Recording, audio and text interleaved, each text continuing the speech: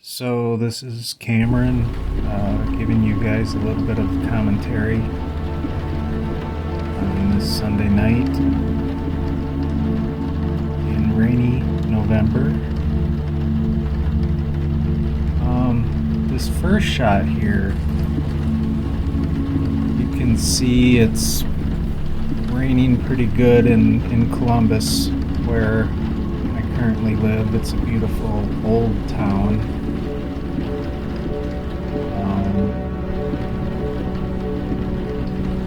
I like to film in this town quite a bit. The scenery's nice. You get some of these shots out on the highway. A lot of this section here, I took a lot of inspiration from the beginning of The Shining, where it's kind of wrapping around mountains. And I just kind of like how Stanley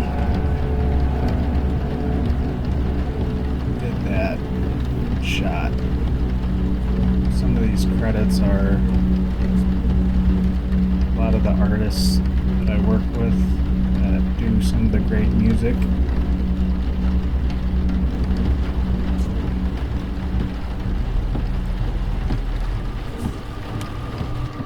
Couple points in here, the rain was coming down pretty hard, and it was even hard to see it at times. Road closed. When this road closed here, that really did happen as I was heading out to the asylum. So that was kind of a shock. That was a big detour moment.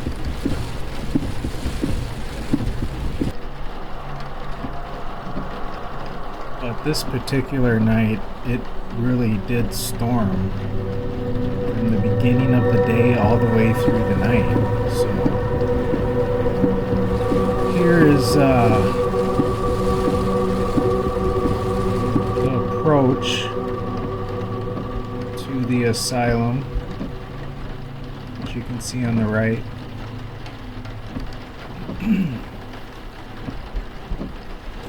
I wasn't 100% sure how I was going to go about this whole filming process, or even how I was going to get in. So for this initial drive-in, I thought maybe I'll just be able to drive down the driveway and park in a parking place. And that definitely wasn't going to happen. See, there's gates and no trespassing signs.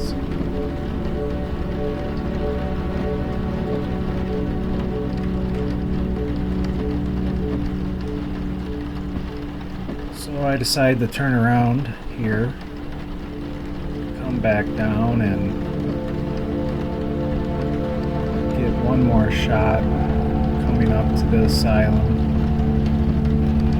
By the way, this asylum was built in 1940. It was a main hub for people with mental disabilities and people who needed help, and there were a lot of nurses and things like that helping people. So it closed down sometime late 80s,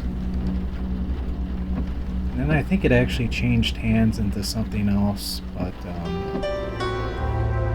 didn't look that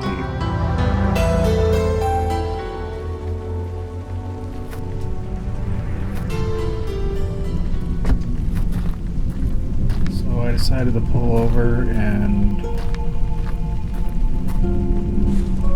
walk up as far as I could and see what my options were.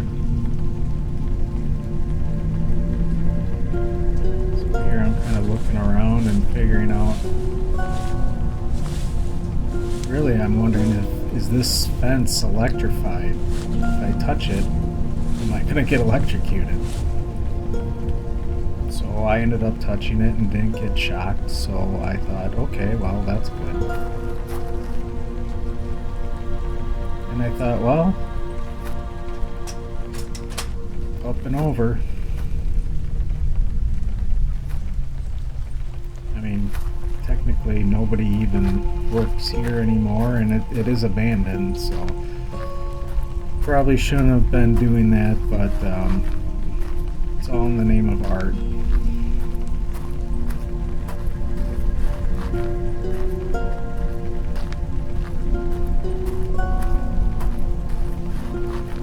This walk up here, it was getting pretty dark right as night was about to set in.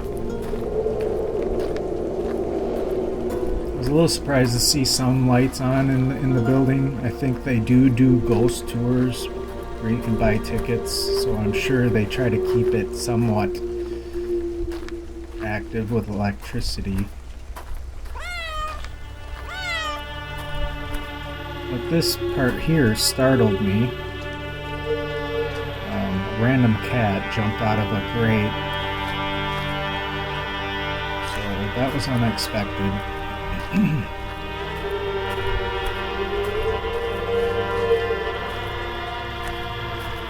So really here I'm just trying to figure out, alright, I'm this far, now what?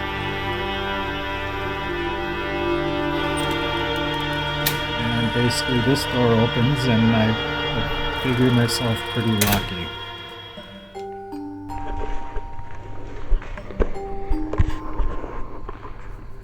So mind you, this is in pitch black darkness. I can't see a hand in front of my face here. The only reason that you guys can see it is because of the equipment I'm using,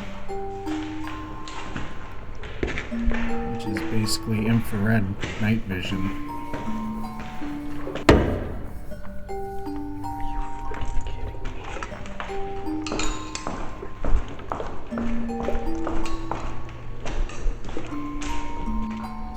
Just basically trying to figure out here how am I going to film this episode if I can't even get in. Excuse the language. Like I said, it was just me and pitch black darkness, so I was a little maybe panicked.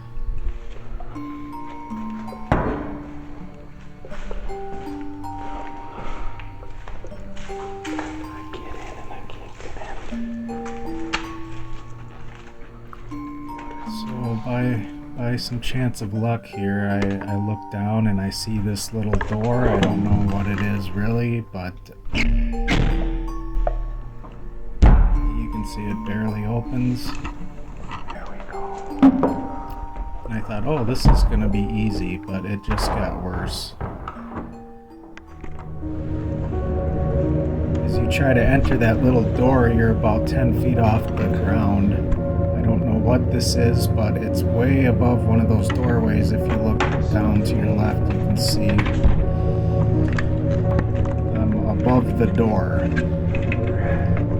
So maybe not 10 feet, but close, because the stairs, you know, it's probably close to 10-foot drop. You can get a good shot of it right there. It wouldn't be fun to fall off that, and it wasn't very sturdy.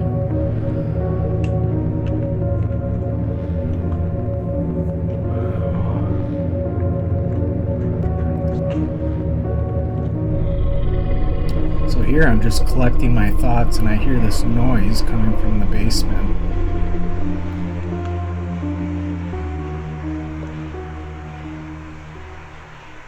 The average person would probably jump 10 feet high if they heard that. But I've been in enough places to where for some reason those kind of noises don't bother me anymore. I realized it was pipes and draining water from the storm outside.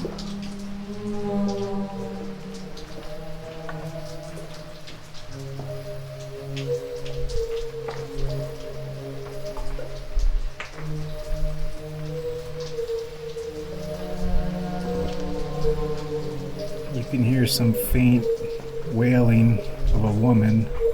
People ask me, you don't need to put those effects in and things like that. I realize that, but to me this is a form of art.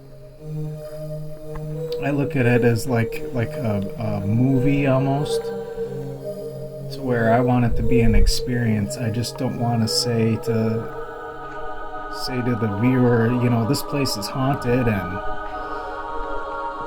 listen to me walk around and make stuff up about ghosts and how I thought I saw something or heard something. I leave it up to the viewer. If you see something, point it out. Leave it in the comments, but I'm not gonna say, oh look, there's a demon. I mean, these places could possibly be haunted. I'm not saying that they're not, but I look at it as a piece of art.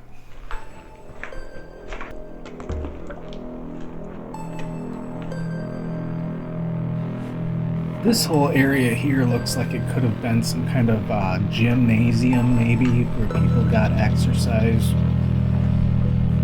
It's a pretty big area. As you can see right there, I'm thinking, where am I here? Because really, I can't see anything. I mean, I'm walking in the dark, basically.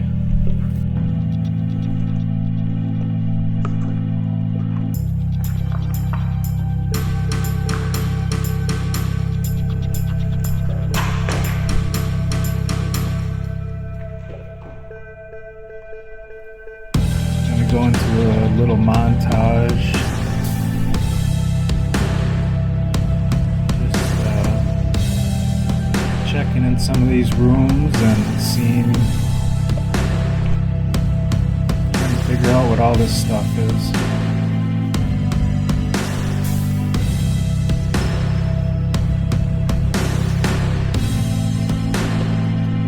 One thing I did notice is the walls. Subway tile is everywhere, which is a staple when it comes to mental hospitals or insane asylums. You see a lot of that subway tile, especially years ago when these places were built. That was the staple.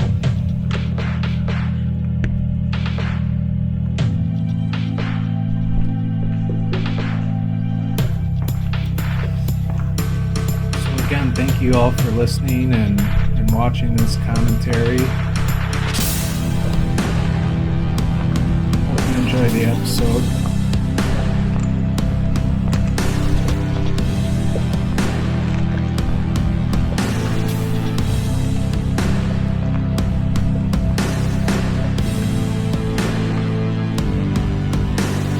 We have some major things coming up with this channel.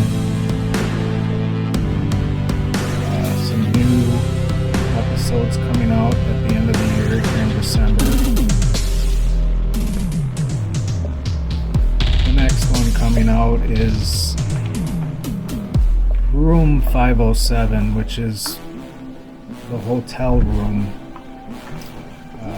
that Jeffrey Dahmer murdered his second victim in. So I'll be spending the night in that exact hotel room.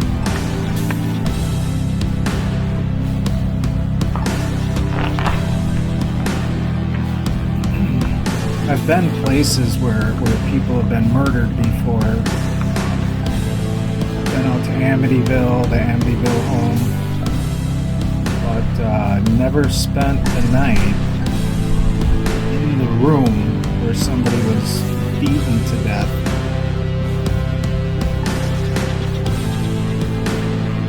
Killer's own hands with this. It's a pretty brutal story, but it's right in line with exploring the unknown and filming for Alone in the Dark.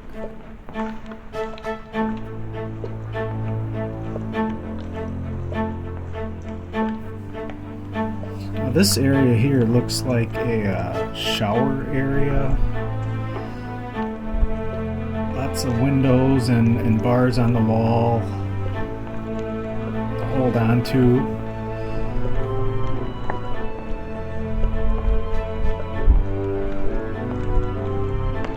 So I'm sure this was an area where the patients would shower and maybe see some scenery through the windows and get clean.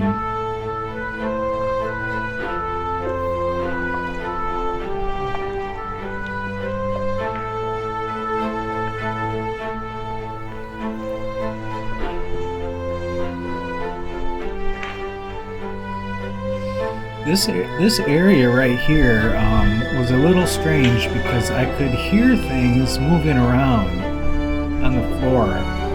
I don't know if they were rats or mice or what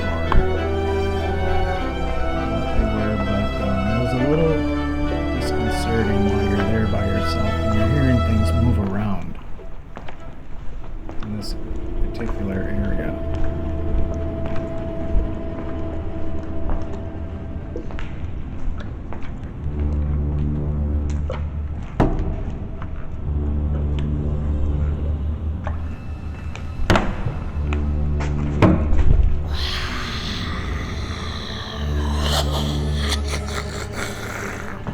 Got some sound effects going there.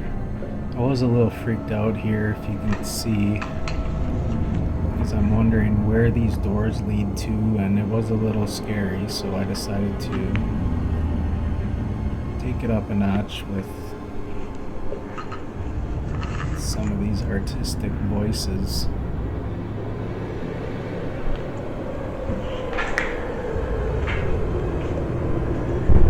I think it just adds to the fun of it.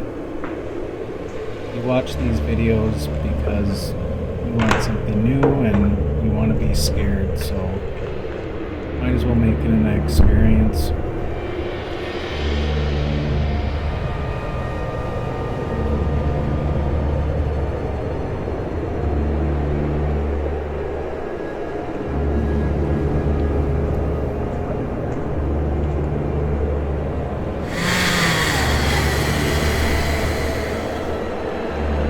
To be honest with you, that part right there actually scares me at times when I'm not expecting it.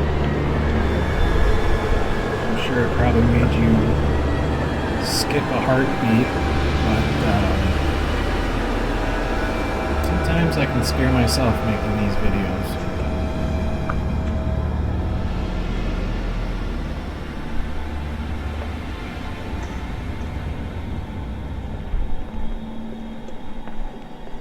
So this, I think, was a locker room area, which was extra creepy.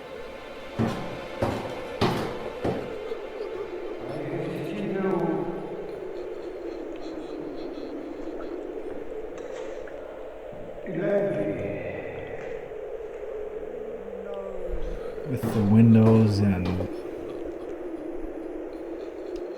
it's pretty unsettling. This area seemed kind of blocked off, and it reminded me of, you know, what kind of older people were in there that were losing their minds, you know. So I put the older gentleman's voice in there, and like I said earlier, I'm just creating art here. Whatever comes to me, I'm gonna put it in.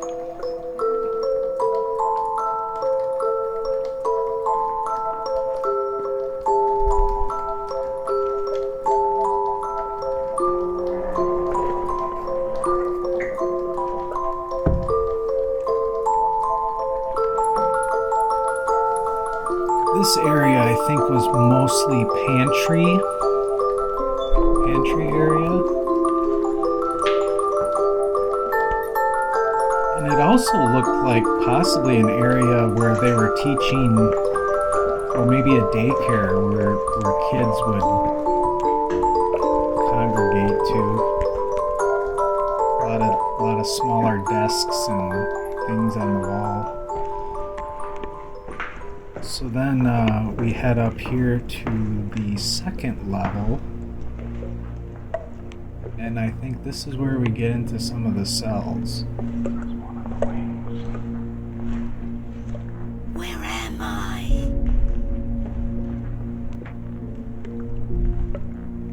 You just have to figure how many people these wings would hold.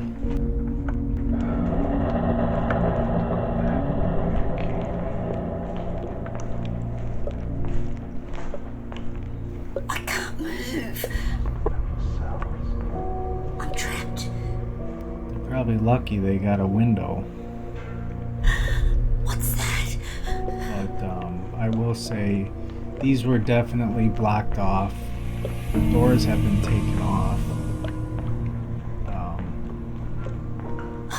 Many rows of cells. And these cells are really for people struggling, or people who committed crimes but weren't fit to stand trial.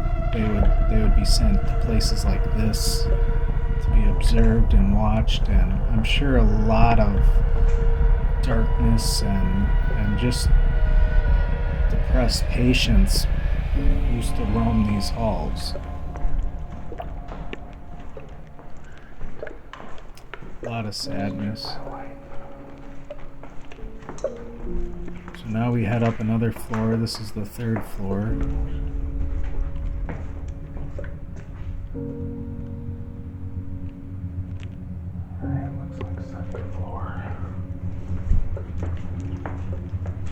Part of me actually wants to see this building preserved. I think it's a piece of history. I think it's a pretty building.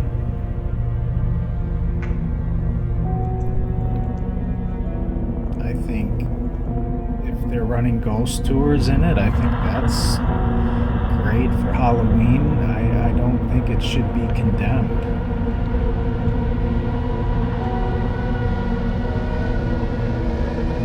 If you notice also, there's a lot of wiring in the glass on the doors, and that's so if somebody breaks the glass, you can't get your arm through or escape and reach to the other side and grab the door handle from the other side. Everything, all the glass was incorporated with wire, which you see at a lot of maximum security prisons, or even like this, mental hospitals.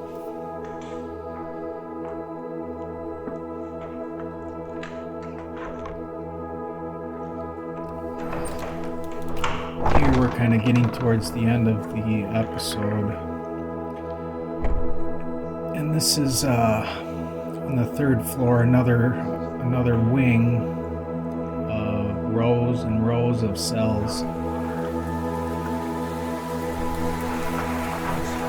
Here, this window is completely broken out, and I can put my hand through there and touch the rain. I didn't really like seeing that, to be honest with you. Like I said earlier, I think this building itself is a piece of history and it should be preserved. But I think this section of the episode right here is one of my more favorite parts.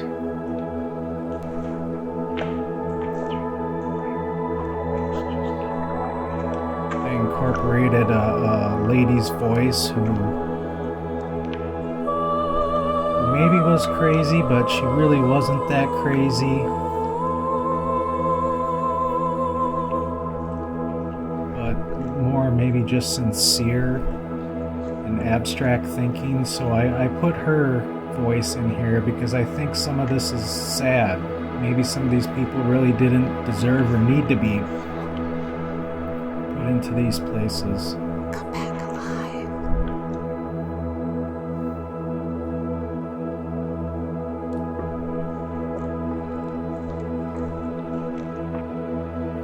Come back.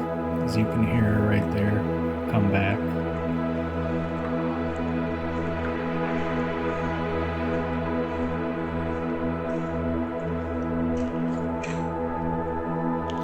It's one of my favorite parts of the episode. It's somber and kind of melancholy, and I think it's pretty fitting.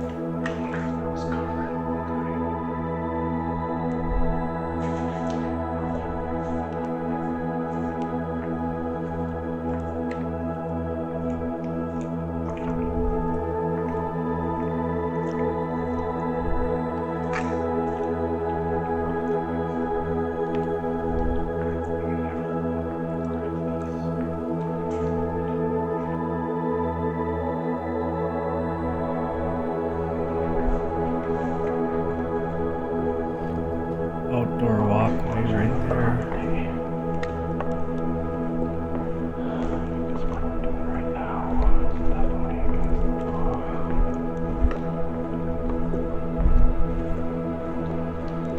There's a shower. Each wing, I'm sure, had their own area for the patients to shower and clean and use the restroom.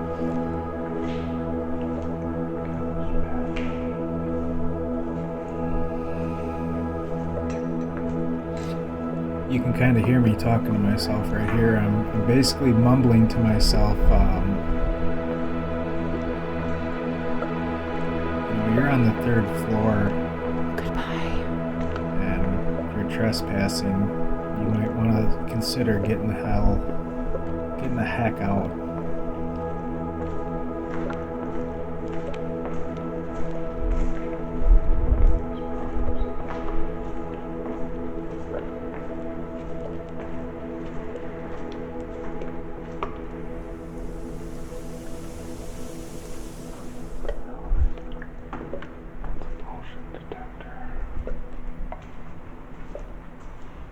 So this is a corner room here. I'm sure it was probably given to a patient that was getting better and deserved a nice corner room.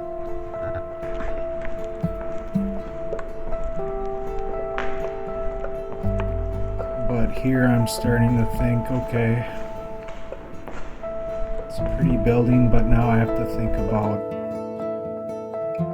my departure here, my escape.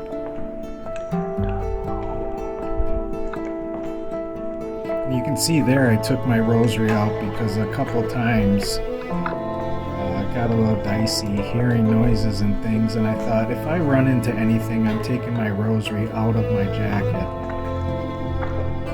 So that's why you see it's out.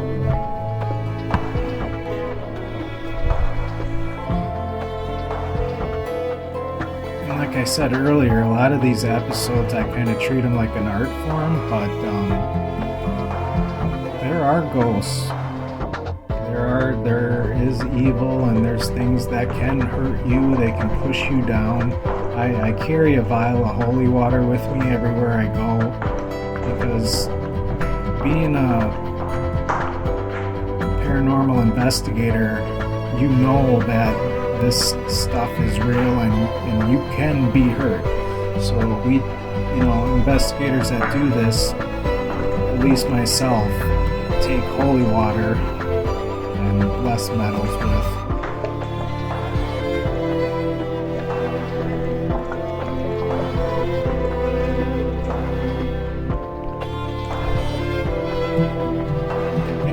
Any buildings or homes where a lot of trauma has happened,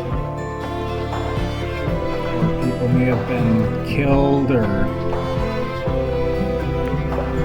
died in an unnatural way, that leaves kind of like it's like an explosion of negative energy, and a lot of things can come from that.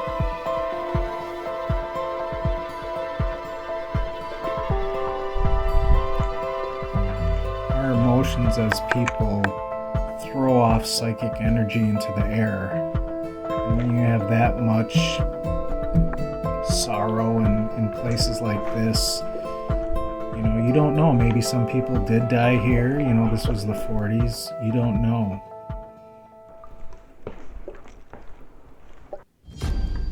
So here I'm about to climb back out. As you can see, it's quite a little bit of a drop there, and whatever this was, this cantilever area here, it wasn't the steadiest. So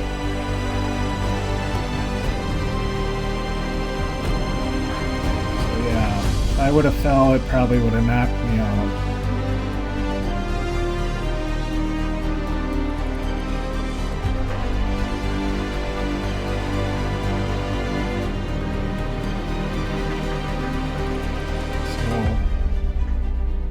I push the door open and get the hell out of Dodge.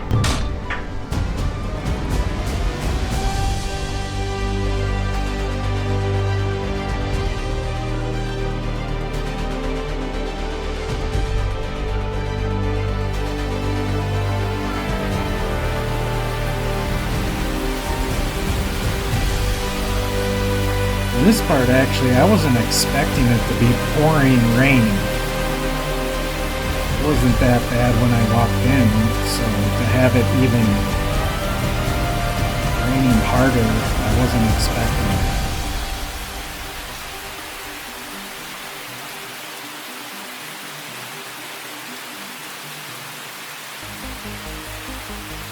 But you can see it's a very beautiful old building. So here I just wanted to take a little walk around and show the windows and the structure.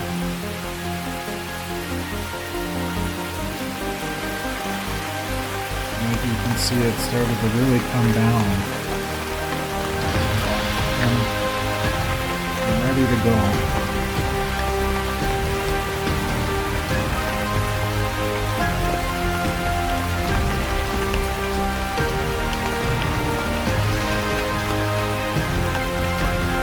All of you have enjoyed this commentary. Hope you enjoy the series. If you have any questions, or you want to just leave a comment, or you have a question for me, go ahead and just leave it below, and I'll definitely make sure to answer any questions or comment back. Here's barbed wire fence, basically, I'm crawling over, which I wouldn't recommend. That's dangerous. A ditch here. Through the car.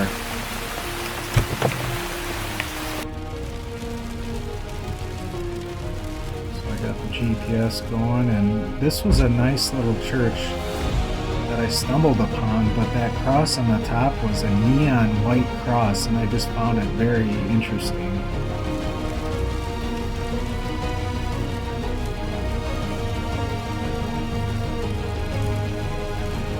This film is dedicated to William Friedkin. If you don't know who William Friedkin is, he directed The Exorcist, The French Connection, Sorcerer, a lot of movies from the 60s, 70s, and 80s. But in my opinion, he's a genius, one of the last living greatest directors and movie makers ever in Hollywood, in my opinion. He's a very sharp individual, so if you don't know who he is, look him up. I'm sure you'll find him fascinating. He gives great interviews.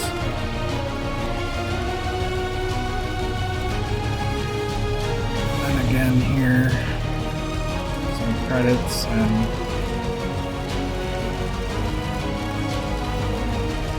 I just thought that the colors and everything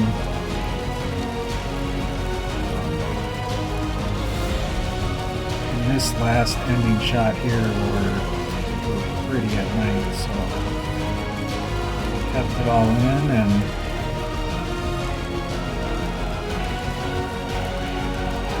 hope you guys enjoyed this, and episode 4 will be coming in December.